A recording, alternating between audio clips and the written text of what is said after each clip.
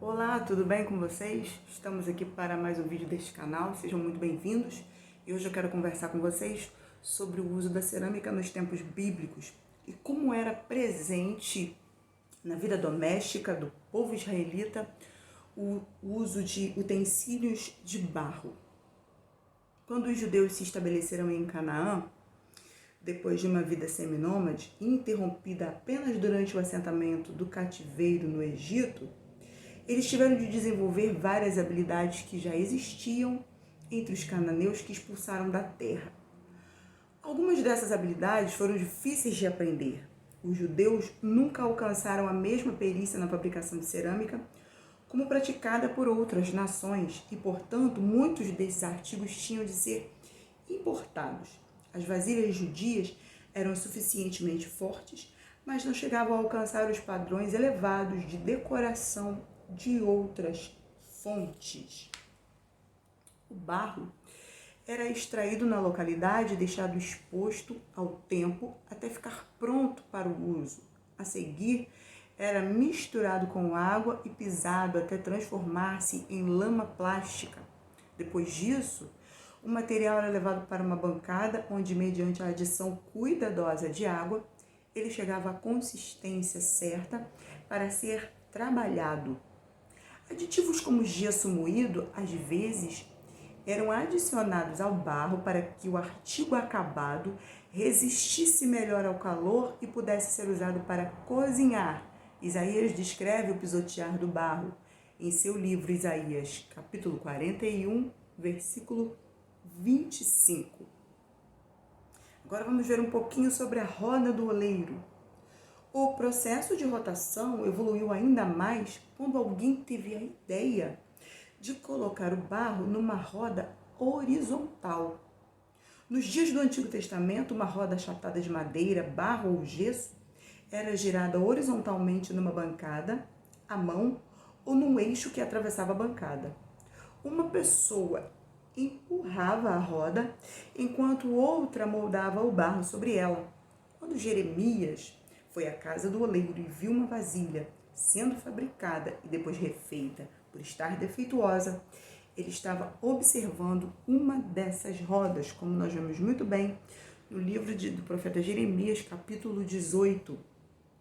Só em 200 a.C., ocorreu aos que trabalhavam nesse ofício que uma segunda roda podia ser acrescentada ao eixo sobre o banco, ao nível do pé e empurrada pela mesma pessoa que fazia o pote. Além do uso da roda, os oleiros usavam também moldes de madeira, nos quais o barro era comprimido. Os selos em Jó, registrados em Jó, capítulo 38, versículo 14, eram feitos desse modo. E as duas metades das lâmpadas de óleo eram preparadas em moldes antes de cimentadas e juntas. E era também possível modelar o barro à mão livre. Brinquedos, figurinhas e ornamentos foram fabricados desse modo, assim como os fornos de barro maiores produzidos para o uso doméstico. Os oleiros também consertavam peças de louça quebradas, usando arame e rebites para segurar uma junta que era depois selada com barro molhado. Um cântaro colocado com força junto à fonte se quebrava com facilidade, Eclesiastes capítulo 12, versículo 6. E a finalidade da quebra, muitas vezes, era usada como figura da finalidade do juízo vindouro, Jeremias 19, versículos 10 e 11, Apocalipse 2, versículo 27. Mas não para por aí, porque os pedaços quebrados tinham sua utilidade, ou seja, o barro era importante para a fabricação do vaso. O vaso era importante como um utensílio de uso doméstico e na vida cotidiana dos israelitas. Nós vemos nos registros de achados arqueológicos vasos e vasilhas, utensílios e potes fabricados de barro para estocar alimentos, para carregar água, para cozinhar. A própria lamparina, que era utilizada como lâmpada, era fabricada de barro. E mesmo quando esse vaso se quebrava, ele ainda tinha utilidade. Eram chamados de óstracos. Esses pedaços de vaso quebrados, eles eram usados para raspar. Nós vemos quando Jó, a Bíblia diz que quando Jó está com a sua enfermidade, ele usa cacos de barro para se coçar, para se raspar. Era um ostraco, o óstraco. Eles eram usados para raspar, para escrever mensagens ou até mesmo para anotar receitas. Os arqueólogos em escavações encontraram muitos pedaços desses vasos quebrados, pedaços maiores, onde as donas de casa registravam as suas receitas. Esses pedaços de vaso quebrado ficavam conhecidos como óstracos. Veja só a importância do barro, do vaso e dos cacos do vaso. Em todo o decorrer do texto bíblico, nós vemos registrado a importância do vaso. A viúva de Sarepta, por exemplo, no primeiro livro dos Reis, capítulo 17, quando o profeta chega em sua casa e pede a ela que traga um pouco de água e prepara um pouco de comida, e ela diz: eu só tenho um pouquinho de azeite numa botija e um pouquinho de farinha em outra botija, ou seja, algumas versões chamam de panela, mas na verdade são botijas de barro. Era muito utilizado, era muito importante o uso desse item na vida dos israelitas.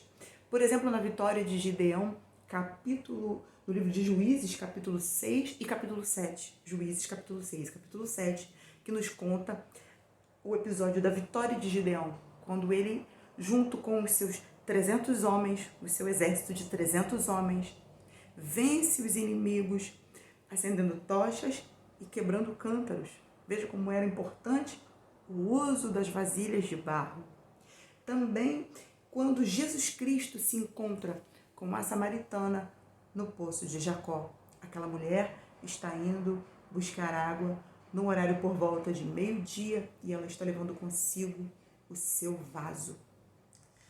Veja a forma como Deus gosta de falar com os seres humanos, gosta de falar conosco. No capítulo 18 de Jeremias, Deus deixa isso bem claro quando ele manda Jeremias descer à casa do oleiro. Ele diz: vai à casa do oleiro porque eu tenho algo para conversar com você. Porque Deus estava querendo se comunicar com o povo israelita através do profeta. E aquela mensagem não era apenas uma mensagem para o povo israelita, aquela mensagem é uma mensagem também para nós. Deus deseja se comunicar conosco através da sua palavra e dos usos, dos costumes, dos utensílios, dos objetos nos tempos bíblicos, como num vídeo anterior, quando eu conversei com vocês acerca da importância das tendas. E nós vemos aqui hoje a importância do barro, a importância do vaso e a importância dos cacos de vaso quebrado. E aí ele diz assim: vá à casa do oleiro, porque lá eu falarei com você a minha palavra. Jeremias, capítulo 18, a partir do primeiro versículo. E ele diz assim: então eu fui à casa do oleiro. E chegando lá, o vi trabalhando com a roda.